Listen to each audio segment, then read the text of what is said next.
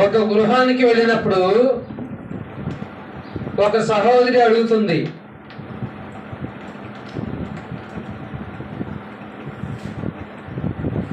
ఏమనంటే మీరు కూడుకునే ప్రదేశం ఎలాగుంటుంది?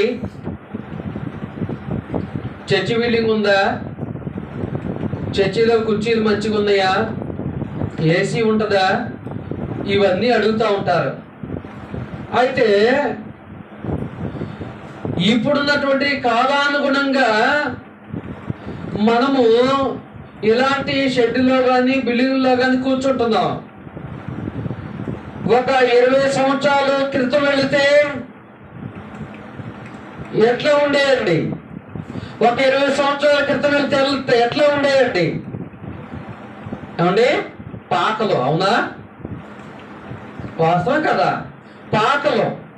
ఇంకో 30 సంవత్సరాల క్రితం వెళితే, ఇంకో 30-40 సంవత్సరాల క్రితం వెళితే చెట్ల కింద కూర్చుండేవాళ్ళు. అవునా?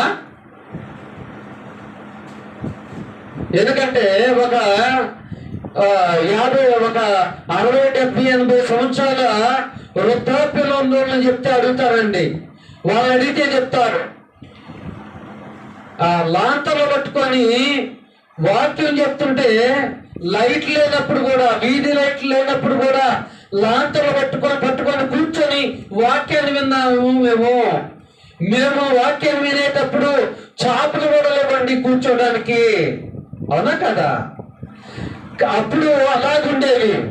మరి యేసుక్రీస్తు ప్రభువారి వద్దకు వెళితే, అపోస్తల కాలానికి వెళితే ఆయన ఎక్కడెక్కడ వాక్యాన్ని ప్రకటించాడండి? కొండల మీద, కోనల మీద, అవునా, గట్ల మీద. అంటే రాను రాను మనిషి ఎలా తయారవుతున్నారంటే, విశ్వాసులు ఎలాగ తయారవుతున్నారంటే, మనము దేవుని సన్నిధికి వెళితే ఆ దేవుని సన్నిధిలో చెప్పబడే వాక్యము మనల్ని పరలోకానికి తీసుకెళ్ళడానికి ఉపయోగపడుతుందా? ఆ వాక్యాన్ని బోధించే ఆ యొక్క వ్యక్తి ఎలాగున్నాడు, తన భౌతిక జీవితం ఎలాగున్నది, తన ఆత్మీయ జీవితం ఎలాగున్నది అనేది పరిశీలన చేయట్లే. అక్కడ చర్చి బిల్డింగ్ బాగుందా, 100 మంది ఉన్నారా, 1000 మంది ఉన్నారా, ఇవన్నీ చూస్తా ఉన్నారు.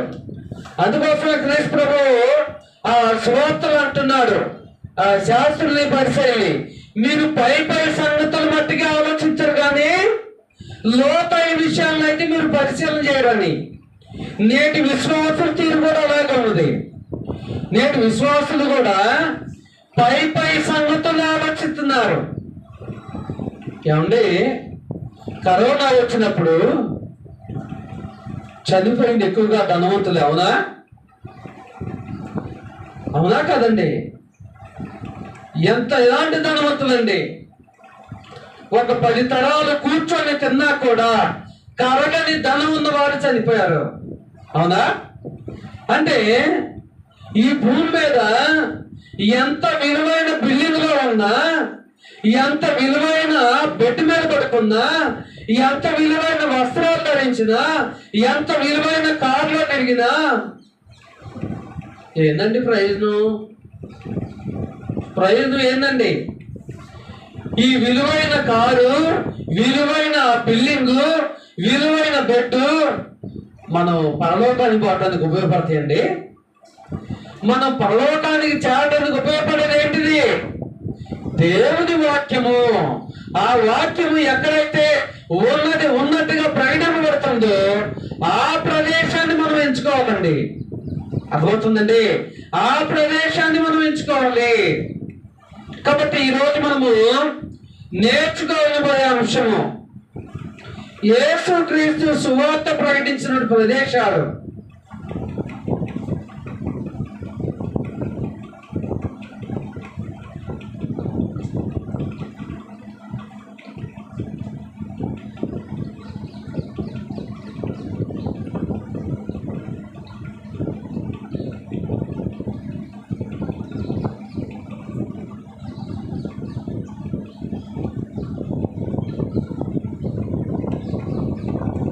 యేసుక్రీస్తు సువార్త ప్రకటించిన ప్రదేశాలు. చూడండి ప్రియులారా, యేసుక్రీస్తు ప్రభువారు 3.5 సంవత్సరాలు సువార్త ప్రకటించాడు. 3.5 సంవత్సరాలు సువార్త ప్రకటించాడు ఆయన. అవునా? 3.5 సంవత్సరాలు ఆయన సువార్త ప్రకటించింది. ఆయన సువార్త ప్రకటించినటువంటి రోజుల్లో ఆయన ఎక్కడెక్కడ నుండి సువార్త ప్రకటించాడండి. చూడండి, ఆయన మొట్టమొదటిగా బాప్తిజం తీసుకున్న తర్వాత సువార్త ప్రకటించినటువంటి ప్రదేశం ఏమైందండి? మీకు ఎవరికైనా అవగాహన ఉందా? మొట్టమొదటిగా బాప్తిజం తీసుకున్న తర్వాత ఆయన శోధింపబడిన తర్వాత ఆయన సువార్త ప్రకటించాడు ఒక ప్రదేశానికి వెళ్ళి. చూడండి, మత్తయి సువార్త 4వ అధ్యాయం ద్వారా ఆయన శోధింపడ్డాడు. 5వ అధ్యాయం నుంచి ఆయన సువార్త ప్రకటించాడు. పరిశుద్ధ గ్రంథంలో ప్రతి ఒక్కరు కూడా గమనించండి, నిజంగా మత్తయి సువార్త 5వ అధ్యాయం ద్వారా ఆయన సువార్త ప్రకటించాడా లేదనేది.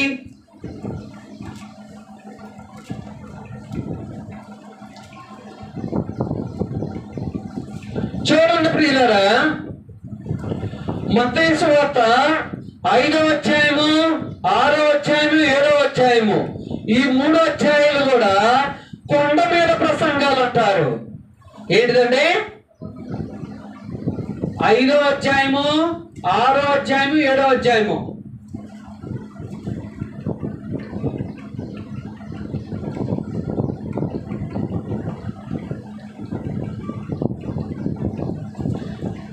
ఈ 5వ అధ్యాయము, 6వ అధ్యాయము, 7వ అధ్యాయము కొండ మీద ప్రసంగాలు. మీకు తీరికున్నప్పుడు చదువుకోండి. నిజంగా కొండ మీద ప్రసంగాలా కాదనేది మీకు క్లారిటీ వస్తుంది. ఎక్కడ ప్రసంగాలు అంటే ఇక్కడ మంచి సోఫా సెట్లు ఉంటాయి. అవునా? ఏమండి? మంచి పాలిష్ బండ్లు ఉంటాయి. అవునా? అవునా? కొండ మీద అప్పుడు ఆయన ప్రకటించేటప్పుడు ఇవన్నీ ఉన్నాయండి. ఇవన్నీ ఆయన కారులో ప్రయాణం చేశాడు కొండ మీదకి. అవునా? ఏముండయండి కొండ మీద? ఏముండయండి? కూర్చోడానికైనా ఉంటుందండి సరిగా. ఎప్పుడైనా కొండ ఎక్కారా? ఇంకోటి గమనించాలి మనం, ఇప్పుడు కొండలైనా కూడా నడుచుటకు, కూర్చొనుటకు అనువైన వాటిని రూపిస్తున్నారు. అప్పుడు నేను కొండ మీదకి వెళ్ళి వాక్యం చెప్పాలి కాబట్టి, జనులు అందరూ వస్తారు కాబట్టి, ఇదిగో కొండ ఎక్కడానికి మెట్లు కట్టండి, కూర్చోడానికి అవేయండి, రాళ్ళేయండి అని చెప్పలే. అర్థమవుతుందండి? కాబట్టి అక్కడ సోఫా సెట్లు లేవు, పాలిష్ బండ్లు లేవు, కారులో ప్రయాణించలేదు, కనీసం మనలాగా బైబిల్ కూడా లేవు అప్పుడున్న విశ్వాసులకి. చూడండి ప్రియులారా, మత్తయి సువార్త 5వ అధ్యాయము 1వ వచనంలో రండి. ఆయన అనగా ఎవరండి? యేసుక్రీస్తు ప్రభువారు. ఆయన ఆ జన సమూహములను చూచి కొండ ఎక్కి కూర్చుండగా. ఏంటండి? కొండ ఎక్కి కూర్చుండగా. ఇప్పుడు మనమైతే మందిరం కిలోమీటర్ కాదు, ఒక 10 మీటర్ల దూరం ఉందన్నా కూడా నడవలేకపోతున్నాం. 1 కిలోమీటర్ దూరం ఉందన్నా కూడా నడవలేకపోతున్నాం. యవన ప్రాయంలో ఉండోళ్ళకి అదే బాధ, వృద్ధాప్యులు ఉండోళ్ళకి అదే బాధ, నడవలేకపోతాం. మరి యేసుక్రీస్తు ప్రభువారు కొండెక్కాడండి. అర్థమైందండి? ఇప్పుడు సేవకుల మాదిరిగా కొంతమంది కొన్ని మందిరాల్లో సేవకుడికి మంచి కుర్చీలు ఉంటాయి. అవునా? అలాంటి కుర్చీ కూడా ఏం లేదండి ఆయనకు.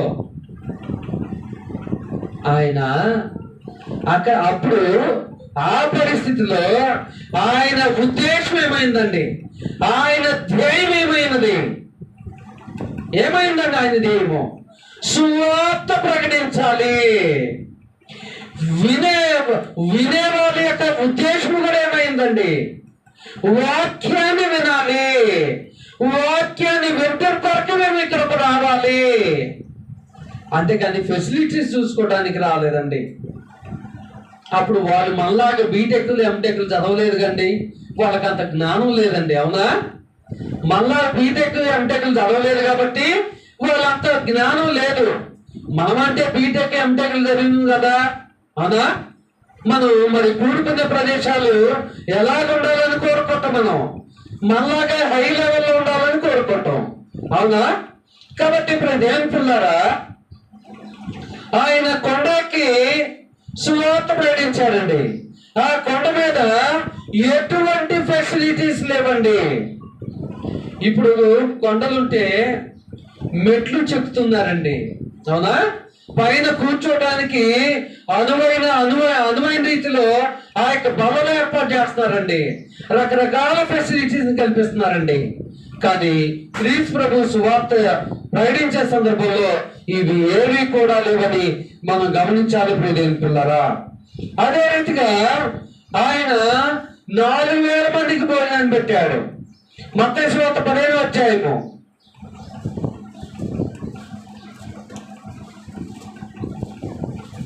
ఇదే మత్తయి సువార్త 15వ అధ్యాయము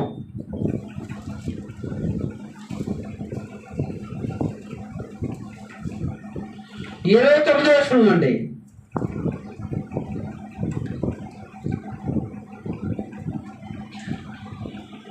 యేసు అక్కడ నుండి వెళ్ళి గలిలయ సముద్ర తీరమునకు వచ్చి కొండెక్కి అక్కడ కూర్చుండగా.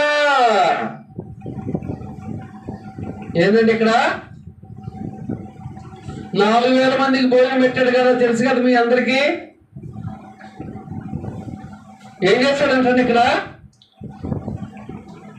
యేసు అక్కడ నుండి వెళ్ళి గలిలయ సముద్ర తీరమునికి వచ్చి, ఎక్కడి నుండి వెళ్ళాడు అనేది 15వ అధ్యాయం చదివితే మీకు అర్థమైంది. 15వ అధ్యాయం 2 నుంచి చదువుకుంటే అర్థమైంది.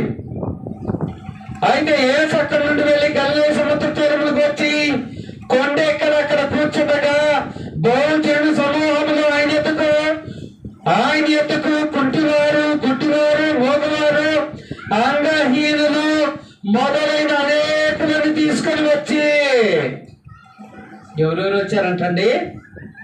కుంటివారు వచ్చారు, గుడ్డివారు వచ్చారు, అంగహీనులు వచ్చారు. ఇప్పుడు అవయవాలన్నీ మంచిగుండా కూడా దేవుని సన్నిధికి నడిచి రాలేకపోతున్నాం. దేవుడు 2 కాలం మంచిగా ఇచ్చినా కూడా నడిచి రాలేకపోతున్నాం. వాహనం లేని దేవుని సన్నిధి రాలేకపోతున్నాం. గుడ్డివారయ్యుడు కూడా వచ్చారు, మోగవారయ్యుడు కూడా వచ్చారు, అంగహీనులయ్యుడు కూడా వచ్చారు. చూడండి, ఆయన వారి స్వస్థపరచను. మోగవారు మాట్లాడతాయి, అంగహీనులు బాగుపడటైన, కుట్టివారు నడుచుటైన, గుడ్డివారు చూచుటైన జన సమూహం చూచి ఆశ్చర్యపడి ఇశ్రాయేలీయులను మహింపచ్చిరి. అంతటి యేసు తన శిష్యులను పిలిచి, ఈ జనులు నేటికి 3 దినముల నుండి నా యొద్దనున్నారు. ఎన్ని దినాలు ఉందండి? 10 నిమిషాలు ఎక్కువ వాక్యం ఉందమంటేనే మనకు తీసుకొస్తుంది. 3 దినాల నుండి ఎక్కడున్నారు వాళ్ళు? ఎక్కడున్నారండి? కొండ మీద. టాయిలెట్ ఫెసిలిటీ ఉంటుందా? శాంతియటానికి విశ్రాంతి భవనాలు ఉంటాయా? ఏముంటాయండి కొండ మీద? ఏమీ లేవండి. అలాంటండి ఎలాంటి నేల లేదండి. ఏం లేకపోయినా పర్లేదు, పడుకుందాం అనుకోవడానికి. మొత్తం కూడా ఏముంటుందండి కొండ ప్రాంతంలో? రాళ్ళు ఉంటాయి, లప్పలు ఉంటాయి, అవునా? గడ్డి, పచ్చటి గడ్డి ఉంటుంది. చూడండి,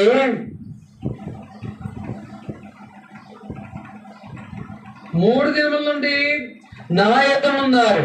వారికి తిననేమీ లేదు కనుక వారి మీద కనికరపడుచున్నాను. వారి మార్గములో మోర్చిపోవదునేమో అని వారిని ఉపవాసముతో పట్టువేయటకు నాకు మనసు లేదని వారితో చెప్పగా, ఆయన శిష్యులు ఇంత గొప్ప జన సమూహమును తృప్తిపరచుటకు కావలసిన రొట్టెలు అరణ్య ప్రదేశ మనకు ఎక్కడి నుండి వచ్చునని ఆయనతో అనిరి. ఏ ప్రదేశం అంటే అది అరణ్య ప్రదేశం. అరణ్యం అంటే ఏముంటాయండి అక్కడ? భయంకరమైన విష సర్పాలు, క్రూర మృగాలు, అవునా కదా? ఇవేనా అరణ్యాలు ఉండేది? అంటే వాళ్ళైతే వాళ్ళకున్నటువంటి ఆసక్తి చేత, విశ్వాసము చేత, విధేయత చేత, దేవుడంటే భయము చేత ప్రదేశం ఏదనేది ఆలోచించలేదండి. వాక్యం వింటమేలే వాళ్ళు దృష్టి సారించారు. నేటి క్రైస్తవ జన సమూహంలో, నేటి క్రైస్తవ సమాజంలో వాళ్ళు అలాగ ఆలోచన చేయట్లేదండి. అలాగ ఆలోచన చేయట్లే. చూడండి, అరణ్య ప్రదేశంలో 3 దినాలు ఉన్నారు వాళ్ళు కొండ మీద. కాబట్టి 5,000 మందికి భోజనం పెట్టినప్పుడు కూడా ఉండేదండి పరిస్థితి.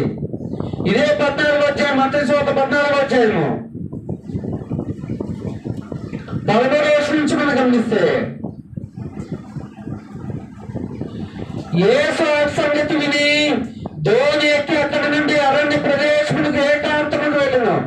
జన సమూహముల సంగతి విని పట్టణముల నుండి కాలినడకను ఆయన వెంట వెళ్ళిరి. ఏ నడకండి? ఇప్పుడు ఏమంటున్నారో తెలుసా? సేవకుడు అంటే ఆయనకంటే అవసరం అండి సువార్త ప్రకటించమని బాధ్యత, అవునా? ఆయనంటే కాలినడకలు ఎత్తరు, అవసరం అంటే తిండి తిప్పలు లేకుండా సువార్త ప్రకటిస్తారు. మేమెందుకు ప్రకటించాలి? అలాగూ మేమెందుకు నడవాలి వాక్యం ప్రకటించడానికి? మేమెందుకు సమయాన్ని కేటాయించాలి? మా పనులు మాకు లేవా? మా ఉద్యోగాలు మాకు లేవా? మా పనిబాట్లు మాకు లేవా? మా కుటుంబ పరిస్థితులు మాకు లేవా అంటున్నారు. మళ్ళీ చదువుదండి. యేసు ఆ సంగతి విని ధోని ఎక్కి అక్కడ నుండి అరణ్య ప్రదేశములకు ఏకాంతముగా వెళ్ళిన జన సమూహములు ఆ సంగతి విని పట్టణము నుండి కాలినడకను ఆయన వెంట వెళ్ళిని. మళ్ళా ఫోన్లు ఇవ్వండి, ఆరాధన రండి అని చెప్పడానికి, అవునా? ఫోన్లు అందుబాటులో ఉండేయండి. అప్పుడు ఆయన వచ్చి ఆ గొప్ప జన సమూహంను చూచి వారి మీద కనికరపడి వారిలో రోగులైన వారిని స్వస్థపరచును. సాయంకాలం అయినప్పుడు శిష్యులు ఆయన ఎదుగు వచ్చి, ఇది అరణ్య ప్రదేశము, ఇప్పటికే ప్రొద్దుపోయిన ఈ జనులు గ్రామంలోనికి వెళ్ళి భోజన పదార్థము కొనుక్కొనుటకై వారిని పంపివేయమని చెప్పింది. యేసు వారు వెళ్ళనక్కర్లేదు, మీరే వారికి భోజనం పెట్టడని వారితో చెప్పగా వారు ఇక్కడ మన యొక్క 5 రొట్టెలు 2 చేపలను తప్ప మరి ఏమీ లేదని ఆయనతో అనుకైన వాటిని ఆయన తెండని చెప్పాడు. పచ్చిక మీద కూర్చుండని జనులకు ఆజ్ఞాపించి. ఏం మీదండి? ఇప్పుడైతే మనమైతే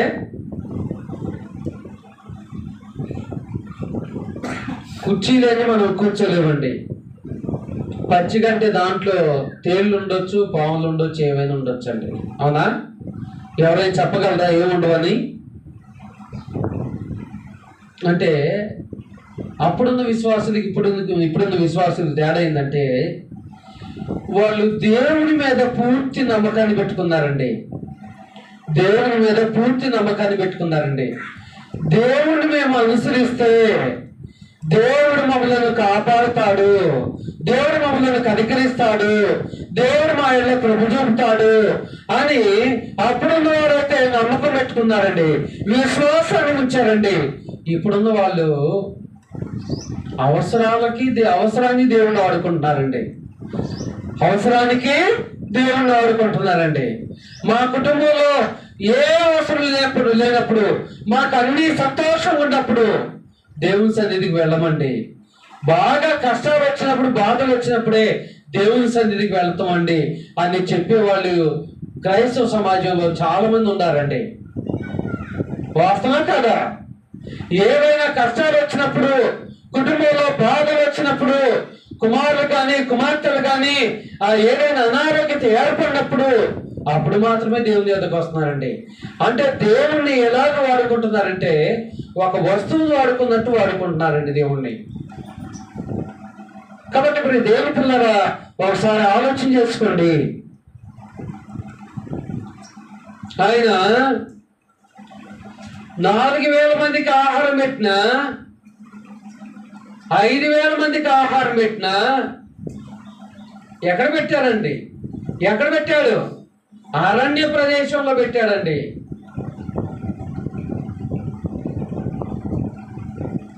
అరణ్య ప్రదేశంలో పెట్టాడు. అవునా? 3 దినాలు ఉండారంటండి. అంటే 3 దినాలు కూడా ఉన్నారంటే పగలు రాత్రి, ఒక దినం అంటే పగలు 12 గంటలు, రాత్రి 12 గంటలేనా? సరే, పగలంటే ఎలాగో ఆ సూర్యుడు ఐటమ్ ఉంటుంది కాబట్టి ఏ పురుగు వస్తుందో ఏది వస్తుందో తెలుసుకోగలరు. మరి రాత్రి ఎలా తెలుసుకోగలరండి వాళ్ళు? ఇప్పుడు మనలాగా మొబైల్ టార్చ్ లైట్లు ఉంటున్నాయా? మన మొబైల్లో, ప్రతి ఒక్కరి మొబైల్లో టార్చ్ లైట్ ఉంటుందా? ఉండలేదండి.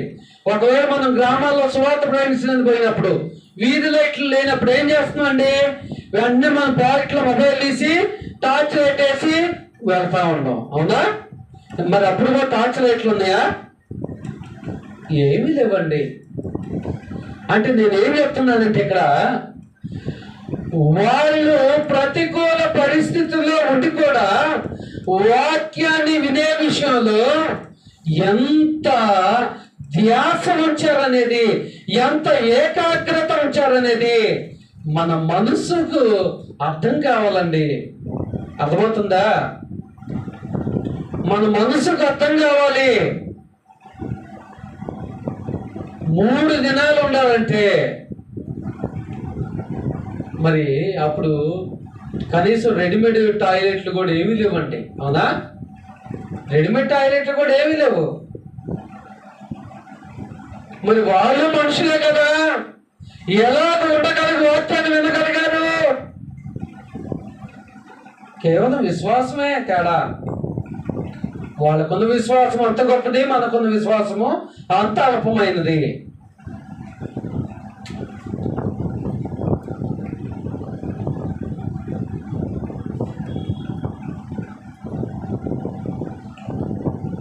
ఆయన ఏర్పరచుకున్న శిష్యుడు కూడా అంతేనండి. చూడండి ప్రియులారా, ఇదే మత్తయి సువార్త 12వ అధ్యాయం 1వ వచనాన్ని గమనించండి.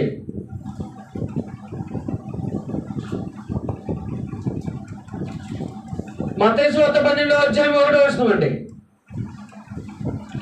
ఆ కాలమందు యేసు విశ్రాంతి దినమున పంట చేలలో పడి వెలుచుండగా ఏం చేయాలండి?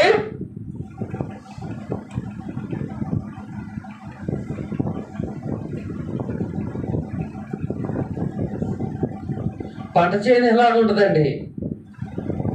మళ్ళాగా రోడ్డు మాదిరిగా ఉంటుందండి దోవ. పంట చేను రోడ్డు మాదిరిగా ఉంటుందండి. మళ్ళా సిమెంట్ రోడ్డు మాదిరిగా ఉంటుందా? తార్ రోడ్డు మాదిరిగా ఉంటుందా? ఉండదండి. అవునా? ఆయన వెళ్తా ఉన్నారండి, ఆయన వెనక్కి వెళ్తా ఉంటారండి శిష్యులు. అంటే యేసు ఉద్దేశం ఏమైందండి? ఇక్కడ సువార్త ప్రకటించాలి. అవునా? ఆయన శిష్యుల ఉద్దేశం కూడా ఏమైందండి? వీళ్ళది కూడా సువార్త ప్రకటించాలనే. అవునా? అడిగారా యేసుక్రీస్తు శిష్యులు? ఏందా నువ్వే లేని అక్కడ పంట పొలాల్లో పడి? పంట పొలాలు ఏముంటుందండి? బురద ఉండొచ్చు, ముళ్ళు ఉండొచ్చు, ముళ్ళ తుప్పలు ఉండొచ్చు. అవునా? రకరకాలుగా ఉంటాయండి పంట పొలాలు. కింద ఏ ఉండేది కూడా కనపడదండి. మీరు పత్తిలోకి వెళ్ళినా, ఏ పంటలోకి వెళ్ళినా కూడా కింద ఏముండేది కూడా కనపడదండి. ఎప్పుడైనా పొలాల్లో తిరిగిన వాళ్ళకి బాగా అర్థమైంది. అప్పుడైతే యేసు శిష్యులు ఎక్కడా కూడా యేసుని ప్రశ్నించలేదండి. ఇప్పుడు ప్రశ్నిస్తూ ఉన్నారు. ఎక్కడికైనా బైక్ వెళ్ళే ప్రదేశం లేకపోతే ఒక 1/2 కిలోమీటర్ నడిచి వెళ్ళాలంటేనే, బ్రదరు నడిచి వెళ్ళాలి మనం, బండి వెళ్ళదా, అవకాశం లేదా బండి వెళ్ళడానికి అంటున్నారు. కాబట్టి మీరు దేవుని పిల్లారా, సువార్త ప్రకటించే విషయంలో ఆనాడు ఉన్నటువంటి విశ్వాసులకు లేదంటే శిష్యులకు ఈనాడు విశ్వాసులకు చాలా వ్యత్యాసం ఉందండి. చాలా వ్యత్యాసం ఉన్నది. కాబట్టి మీరు సహోదరి సహోదరులారా, ఒకసారి ఆలోచన చేసుకోవాలి. ఈనాడు మనం సువార్త ప్రకటించే విషయంలో ఎలాగుంటున్నాము, సువార్త ప్రకటించే విషయంలో ఎలాగుంటున్నామండి, దేవుని వాక్యాన్ని వినే విషయంలో ఎలాగుంటుంది మన మనసు, దేవుని వాక్యాన్ని వినే విషయంలో ఎలాగుంటుంది మన మనసు.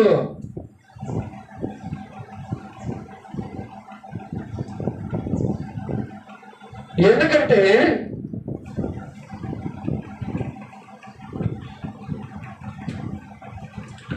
ఈ భూమి మీద మనము దేవుని ఎరిగిన నాటి నుండి చనిపోయే వరకు మంచి బిల్డింగ్ లో ఉండి దేవుని ఆరాధిస్తామండి, లేదంటే మంచి సోఫా సెట్ లో కూర్చొని దేవుని ఆరాధిస్తామండి, లేదంటే మంచి పాలిష్ బండ్ల మీద కూర్చొని దేవుని ఆరాధిస్తామండి, లేదంటే మంచి కార్లో వచ్చి దేవుని ఆరాధిస్తామండి. ఇవి మనల్ని పరలోకాన్ని చేస్తాయా? పరలోకాన్ని చేర్చమండి. ఇవన్నీ కూడా మనలను పరలోకానికి చేర్చమండి. ఎందుకంటే ఎఫెసీ పత్రిక రండి ఒకసారి.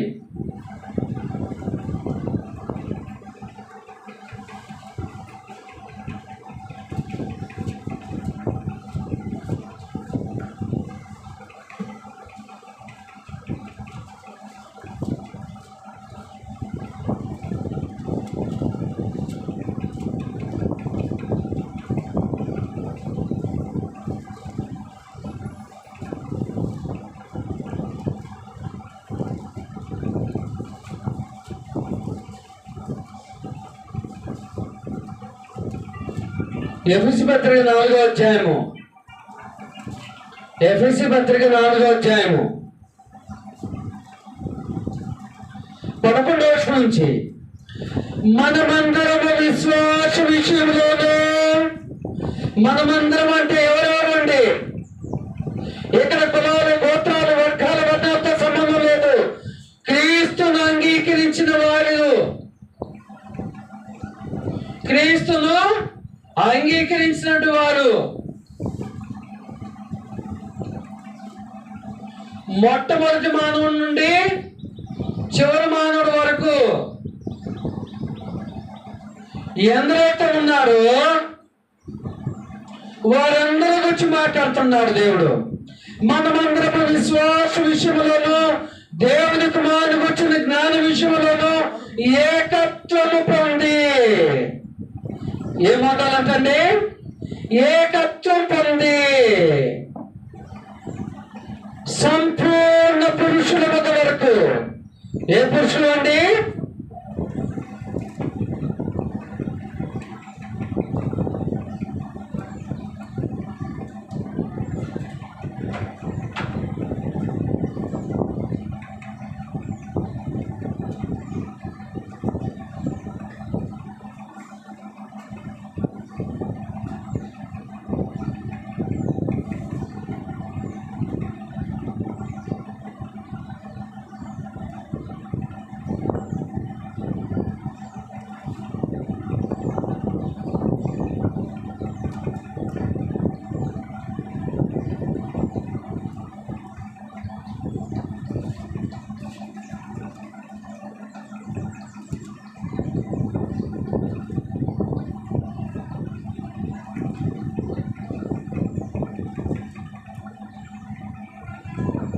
వాటర్ ఎక్కడ దాకా ఉండేయండి దీంట్లో? ఇది సంపూర్ణంగా ఉన్నదా? ఇది సంపూర్ణంగా ఉందా? ఏది సంపూర్ణంగా ఉందండి? మన విశ్వాసము, ఈ బాప్తిని తీసుకున్న వాళ్ళందరూ విశ్వాసం ఎలాగ ఉండాలి? క్రీస్తుని పోలి సంపూర్ణంగా అవ్వాలి. ఇది సంపూర్ణం కాదండి, సగం వరకే ఉందండి. దీన్ని దేవుడు కోరుకోవట్లేదండి. ఈ సంపూర్ణతను మనం సాధించాలంటే మన జీవితంలో బాప్తిజం తీసుకున్న నాటి నుండి ఈ శరీరంలో ప్రాణం పోయేంత వరకు వారం వారం వినే వాక్యం ద్వారా మనం సంపూర్ణంగా అవుతామా? లేదంటే మనం కూర్చునే సోఫా సెట్ల ద్వారా సంపూర్ణం అవుతామా? పాలిష్ బండ్ల ద్వారా సంపూర్ణం అవుతామా? మనం వాడే కారు ద్వారా సంపూర్ణం అవుతామా? వాడే బైక్ ద్వారా సంపూర్ణం అవుతామండి? దేని ద్వారా సంపూర్ణం అవుతాము? వాక్యమే కదా. ఆనాడు యేసుక్రీస్తు ప్రభు వాక్యానికి ప్రాధాన్యత ఇచ్చిందా, ప్రదేశానికి ప్రాధాన్యత ఇచ్చిందా? ఆనాడు అపోస్తలులు వాక్యానికి ప్రాధాన్యత ఇచ్చారా, కూర్చునే ప్రదేశానికి ప్రాధాన్యత ఇచ్చారా? ఆనాడు 3,000 మంది ఆదిమ క్రైస్తవులు యెరూషలేము పట్టణంలో పేతురు ప్రసంగం ద్వారా బాప్తిజం పొందిన 3,000 మంది కూడా యేసుక్రీస్తు మాదిరిగా, అపోస్తలుల మాదిరిగా వాక్యానికి ప్రాధాన్యత ఇచ్చారండి. వాక్యానికి ప్రాధాన్యత ఇచ్చారు. ఎలాగో తెలుసా? ఆ యెరూషలేము పట్టణంలో చాలని గృహాల్లో నివసించారండి. అర్థమవుతుందండి. ఇవాళ ఇప్పుడున్న పరిస్థితుల్లో మనము ఒకళ్ళైతే 2 పూట్ల ఖచ్చితంగా స్నానం చేస్తారు, 3 పూట్లు చేస్తారు, పౌడర్ వేసుకుంటాం, రకరకాల మంచి వస్త్రాలు మనం ధరించుకుంటాం, మంచి ఆహారం చేస్తాం. స్నానం చేయకపోయినా, మంచి వస్త్రాలు ధరించకపోయినా, వాళ్ళు పడుకోవడానికి వసతి మంచిగా లేకపోయినా, మేము వాక్యాన్ని వినటానికే ఇక మేము వచ్చున్నాము, మేము పడే ఇబ్బందులు కావు అని వాళ్ళు నమ్మారండి. నమ్మారా? నమ్మలేదండి. అపోస్తలుల కార్యములు 2వ అధ్యాయము 47వ వచనం పోతే, పేతురు సువార్త విని ఇంచుమించు 3,000 మంది సంఘంలో చేర్చబడ్డారు. ఆ 3,000 మంది కూడా వాక్యాన్ని నేర్చుకునేందుకు వాళ్ళు ఎంతో త్యాగపూరితంగా ఉన్నారండి. ఈనాడు మనం అలాగ ఉండలేకపోతున్నాం. ప్రియదేవుని పిల్లారా. కాబట్టి మనలను సంపూర్ణంగా చేసేది దేవుని వాక్యం అండి. సంపూర్ణంగా చేసేది దేవుని వాక్యము. ఆ వాక్యము మనకు అందించబడుతుందా లేదా? ఒక స్కూల్లో మన పిల్లోడిని కానీ జాయిన్ చేసినప్పుడు మనం ఏం గమనిస్తామండి? ఏం గమనిస్తాము? ఆ స్కూల్లో టీచర్లు ఎలాగున్నారు, ఎలాగ చెప్తున్నారు, ప్రిన్సిపల్ ఎలాగున్నాడు, యాజమాన్యం ఎలాగున్నది, మన పిల్లోడు భవిష్యత్తుకు ఈ స్కూల్ ఉపయోగపడుతుందా లేదా అనేది మనం ఆలోచించమా? సంవత్సరానికి మన పిల్లోడి గ్రోత్ ఎలాగుందని ఆలోచించమా?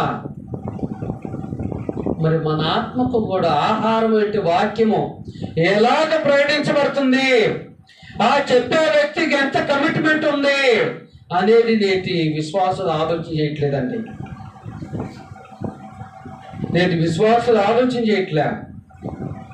ఎందుకంటే చాలా మంది మా దగ్గరకు వస్తే మీ పిల్లలకి స్కూల్ ఉచితము, సమాధుల దొడ్డులో ప్రదేశం ఉచితము, ఇలాగ ఆఫర్లు ఇస్తుంటే ఆ ఆఫర్ల కోసము వెళ్ళి సంపూర్ణతను మిస్ అవుతున్నారు. అవునా?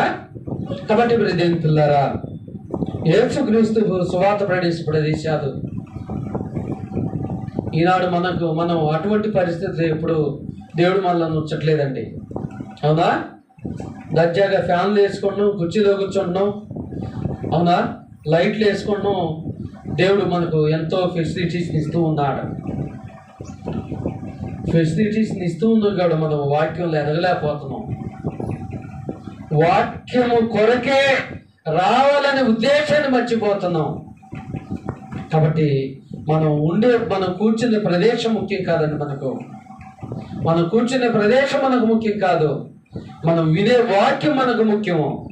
ఆ కూర్చునే ప్రదేశము ఇవాళ దేవుడు మనకు అది ఇస్తాడు, రేపు ఇంకోటి ఇస్తాడు. కానీ వాక్యం అనేది మన ఆత్మీయ జీవితానికి చాలా చాలా ఉపయోగపడుతుంది. అది భూమి మీద ఉపయోగపడుతుంది, మనల్ని పరలోకము చేర్చుటకు కూడా వాక్యము మనకు ఉపయోగపడుతుంది. కాబట్టి ప్రియ సహోదరి సహోదరులారా, నేటి క్రైస్తవ సమాజం నుండి చాలా మంది విశ్వాసులు రాంగ్ వేలో వెళ్తున్నారు. ఎందుకంటే వాళ్ళు కూర్చునే ఆ యొక్క మందిరాలు ఆ తలతల మెరిస్తే చాలు అనుకుంటున్నారు. వాళ్ళు కూర్చునే కుర్చీలు మంచిగా ఉంటే చాలు అనుకుంటున్నారు. కానీ అవన్నీ వ్యర్థమని దేవుడు తెలియజేస్తున్నాడు. అవన్నీ కూడా వ్యర్థమే. ఈ భూమి మీద మన కంటితో చూసేవి, మనం అనుభవించేవన్నీ కూడా వ్యర్థమే. ఎందుకంటే మన శరీరం మీద ఉన్న బంగారం కొరకే మన కన్న కొడుకులే మనం ఎప్పుడు చనిపోతే ఆ బంగారాన్ని తీసుకుందామని ఆలోచన చేసే సమాజంలో బ్రతుకుతున్నామండి మనం. అవునా కదా? ఏమీ శాశ్వతం కాదండి. ఇది నాది అనుకునే ఏది కూడా శాశ్వతం కాదు. శాశ్వతమైనది దేవుని వాక్యము. అది ఈ భూమి మీద నీకు ఆదరణ కల్పిస్తుంది. భూమి దాటిపోయిన తర్వాత కొన్ని కోట్ల సంవత్సరాలు నీకు నిత్య సంతోషాన్ని ఇస్తుంది. ఏమంటే దేవుడు తీర్పునాడు అడుగుతారండి. 2 కొరింథీ 5:10 ప్రకారము, ఎందుకనగా తాను జరిగించిన క్రియలు చొప్పున అవి మంచివైన సరే చెడ్డమైన సరే దేహముతో జరిగించిన ప్రతి వాటికి క్రీస్తు న్యాయపీఠం ఎదుట మనము లెక్క చెప్పుకోవాలి. నువ్వు నేల మీద కూర్చున్నావా? అవునా? పచ్చడి గడ్డి మీద కూర్చున్నావా? అవునా? మంచి బిల్డింగ్ లో కూర్చున్నావా? నువ్వు సోఫా సెట్ లో నువ్వు కూర్చొని వాక్యం విన్నావుగా, నీకు పరలోకాన్ని ఇస్తా పోగొట్టాడా? పోతుందండి. కాబట్టి ప్రియదేవుని పిల్లారా, దేవుడు దేని కొరకైతే మనం లెక్క అడుగుతాడో ఆ లెక్క మన దగ్గర సరిగా ఉందో లేదో చూసుకోవడానికి మనం ప్రయత్నం చేయాలి. కాబట్టి ఓవరాల్గా మనం ఈరోజు నేర్చుకున్న అంశం ఏంటండి? సువార్త ప్రకటించబడే ప్రదేశాలు మనకు ప్రామాణికం కాదు. సువార్తే ప్రామాణికము, వాక్యమే ప్రామాణికము. అవునా? చాలా మంది మనకు గృహానికి పోతే గృహ యజమాని తనకు నచ్చిన రీతిగా అప్పు తెచ్చి విలువైన బిల్డింగ్ కట్టుకున్నాడండి. గృహం ప్రవేశానికంటే ముందుగానే చనిపోయాడంటండి. వాళ్ళ భార్య చెప్తుంది, ఎంతో ఇష్టపడే ఇల్లు కట్టుకున్నారండి, కానీ గృహ ప్రవేశం చేయకుండానే చనిపోయాడండి అని. అవునా కదండి? మనం ఇష్టపడి కట్టుకునే ఏవి కూడా మనకు శాశ్వతం కాదండి. అవునా కదా? కట్టుకునేటప్పుడు మనకు తెలియకపోవచ్చు, దీంట్లో మనం నివసిస్తామా లేదా అని కూడా. మన గ్రూప్లో పెట్టా, ఒక తండ్రి కుమారుడికి ఆస్తులన్నిటినీ సమకూర్చి పెడితే ఏ కారులో అయితే ఆ కుమారుడిని అల్లారు ముద్దుగా తిప్పిండో అదే కారులో అదే తండ్రిని తీసుకొచ్చి మధ్యలో విడిచిపెట్టి వెళ్ళిపోయే సంఘటన వీడియో చాలా మంది చూస్తుంటారు గ్రూప్లో. అవునా కదా? అవునా కదండి? కాబట్టి అలాంటి దుస్థితిలో మనం ఉన్నాం. కానీ దేవుడు అలాగ మధ్యలో విడిచిపెట్టేవాడు కాదండి. ఆయనకు నమ్మకంగా నువ్వు కనుక జీవిస్తే, ఆయనకు విశ్వాసపాత్రుడుగా నువ్వు జీవిస్తే ఖచ్చితంగా ఆయన నీకు ఇస్తానన్న జీవి కిరీటాన్ని, పరలోక రాజ్యాన్ని ఇస్తాడండి. కాబట్టి మన క్రైస్తవ జీవితము ప్రదేశానికి ప్రాముఖ్యత ఇవ్వాలా, వాక్యానికి ప్రాముఖ్యత ఇవ్వాలా? అంటే వాక్యమునికే ప్రాముఖ్యత ఇవ్వాలి. వాక్యమునే ప్రామాణికంగా మనము ముందుకెళ్ళాలి. ఇప్పటివరకు వాక్యమును శ్రద్ధగా ఓపికతో విన్నట్టు మీ అందరికీ ప్రభు పేట వందనాలు తెలియజేస్తున్నాను.